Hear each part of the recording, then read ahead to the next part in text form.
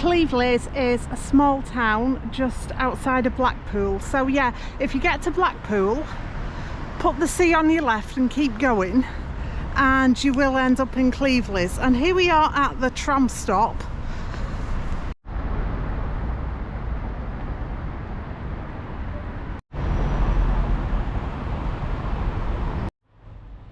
So yeah, I've never actually done a proper video really about Cleveleys before. That's because, in my opinion, what shall I say other than things ain't what they used to be. So yeah, Cleveleys used to be sort of quite a nice place to come really, and I think that in recent years it has gone downhill a bit, and that won't make me very popular saying that, but I think it's the truth.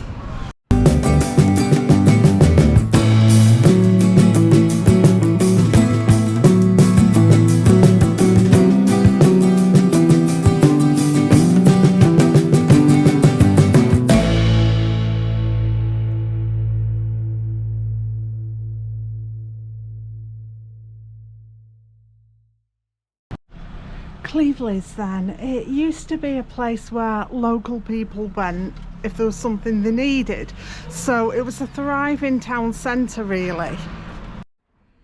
And I can actually pinpoint the moment it all went wrong, I think, for Cleveleys.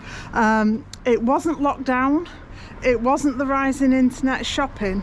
What really happened to Cleveleys was when they modernised the tram lines, and for months and months the whole town centre was fenced off, and it was very difficult to find a way through. And I'm sure at the time that I'm not the only person who was making flippant remarks about the Berlin Wall, because it did have some similarities in the way it just appeared overnight and there was apparently no way you could get through. And it was noticeable that when they did that, it wasn't just for a day or two, it went on for months and months. And then footfall in the town fell drastically, and from then on there was no way back.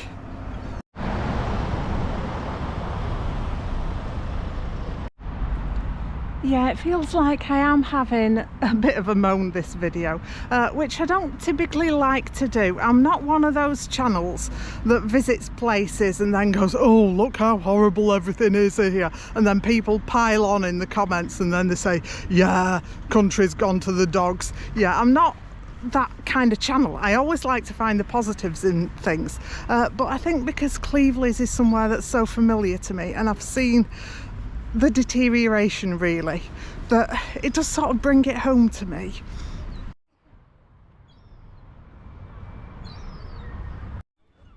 Hey, look at that though.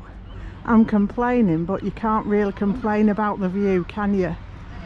That's the Lake District across the sea there. And this is a sea swallow in Cleveleys. Now what's it all about? Somebody wrote a book, a children's book, about the mythical legend of Cleveleys. Other than that, I don't really know.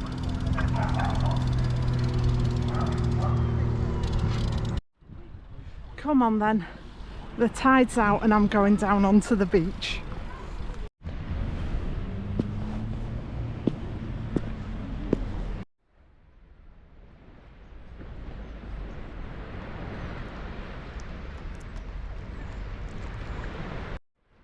Do you dare me go up to the sea?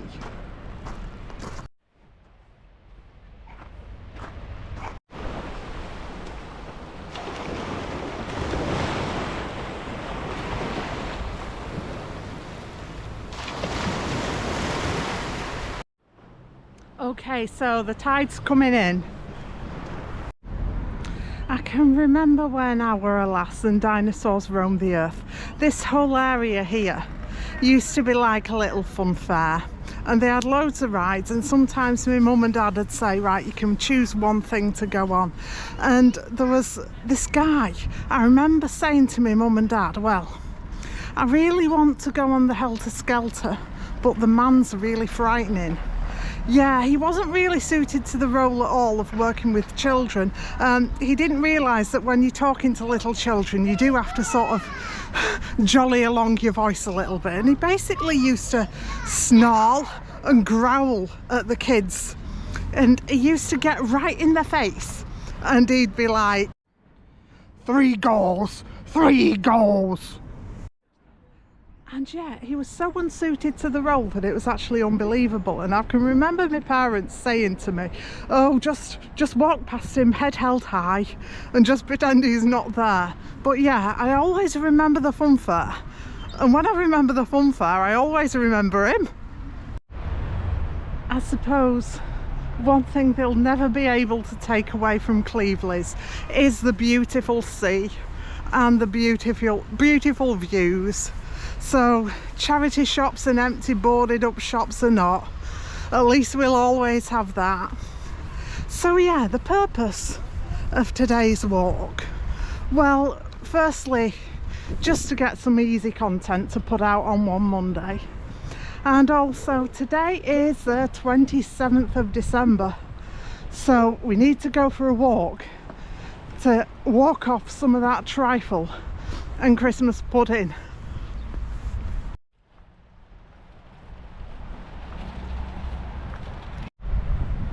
So many people, it's unbelievable.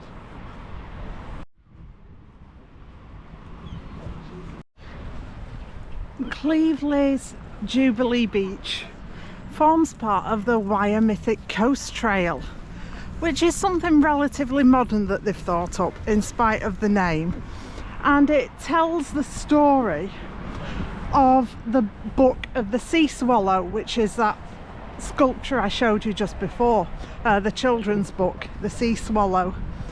And yeah, when I was looking up what can I say about Cleveleys, because it's not a very historical place or anything, I found something on, I think, the council website saying download the app. No, the app doesn't exist anymore, so I'll just have to work from memory. So the cinema, the gym and the derelict Pizza Hut are standing on the old Jubilee Gardens, which used to be a lovely park. Yeah, they replaced it with a derelict Pizza Hut.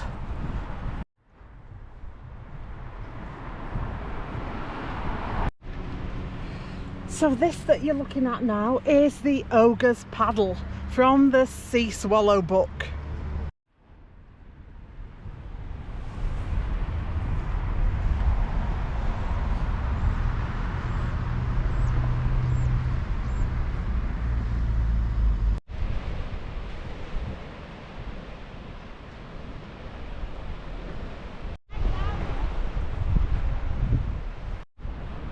We'll walk to Rossall, I think, today. That might be far enough.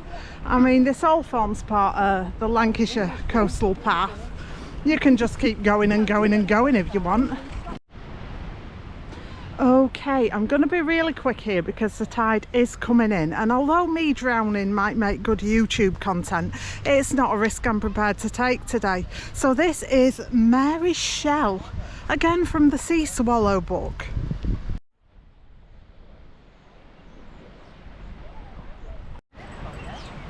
Have you read the Sea Swallow book about Cleveleys? If you have, would you like to provide me with a bit of a synopsis?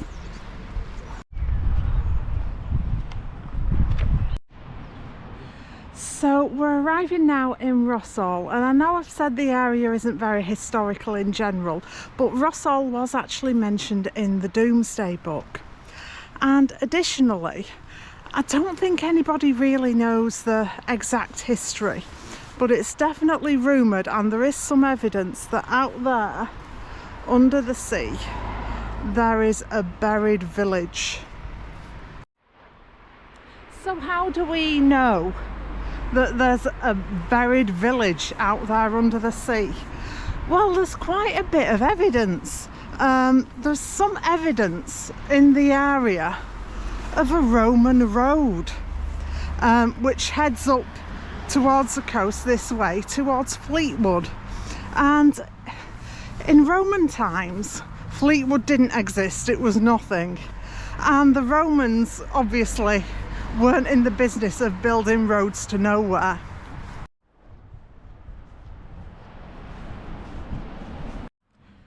And they say that this lost village was called Singleton Thorpe, and it was lost to the sea in 1555.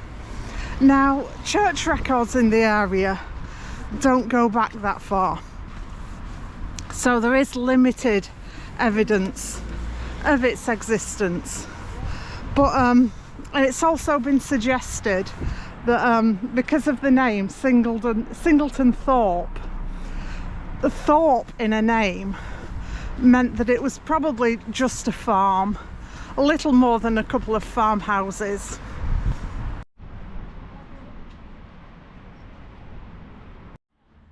So over there where the sun is, you can see Anglesey. You'd have to be very lucky to see it today. And then if you pan around, sometimes if you're really lucky, you can see the Isle of Man.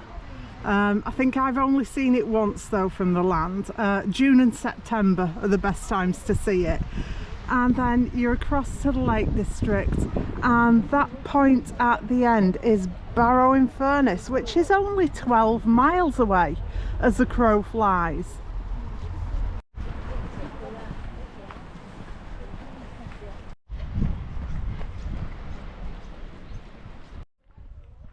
So this then is Rossall Beach, and my word, I've never seen so many people in my life.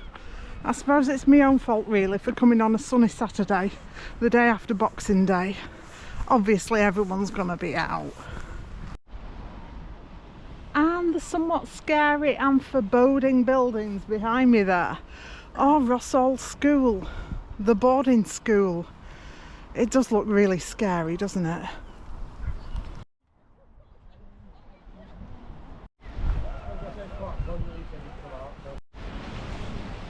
So Cleveleys and Rossall then. Conclusion, things ain't what they used to be, but no matter what, we still have the natural coastline, which they can't take away from us, can they? And there are more people here than I've ever seen in my life. I think they're all blind and deaf, and they all have dogs off lead who are also blind and deaf. So anyway, if you like this video, watch one of my others and tell your friends. And in the meantime, thanks so much for watching, and I'll see you next time. Bye bye.